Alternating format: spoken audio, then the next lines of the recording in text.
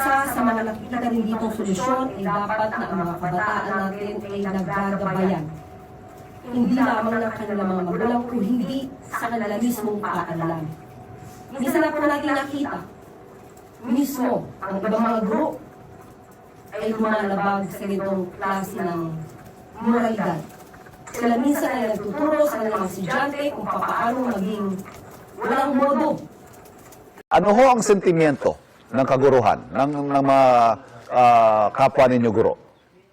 Kumababa po talaga yung moral ng ating mga teachers ngayon, kaya sinasabi rin natin sa ating ahensya, sa Department of Education, sa ating Pangulo, no, na talagang yung ating mga guro ngayon kailangan ng suporta, hindi po ng paninisi at pagtuturo, no, sa mga problemang ito.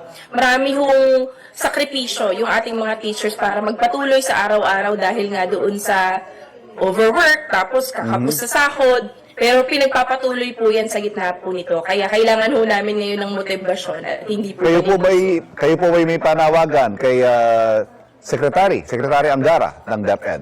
Ang sabi po kasi na iba, ipagtanggol nyo naman kami, DepEd. Ano po masasabi nyo rito? Yan din ang gusto naming sabihin. Ipagtanggol po kami ng aming ahensya. Now is the time, Secretary Angara. Nais lamang po natin ipakita sa mga guro na hindi po kayo lahat. Hindi po kayo sinisisi. Ito ay pagpapaalala.